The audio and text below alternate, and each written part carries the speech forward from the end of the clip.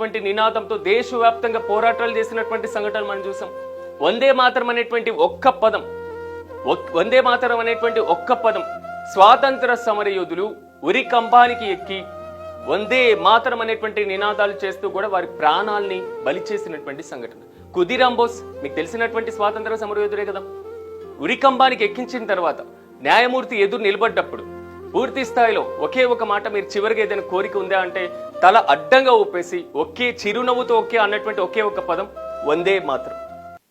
దేశవ్యాప్తంగా స్వాతంత్ర సమరయోధుల పోరాటాలన్నీ కూడా వందే మాతరం అనేటువంటి పదంతో, వందే మాతరం అనేటువంటి నినాదంతో మువ్వన్నెల జెండాని చేతిలో పట్టుకొని వారు చేసినటువంటి ఉద్యమాలలో అత్యంత కీలకంగా మారిన పదం వందే మాతరం.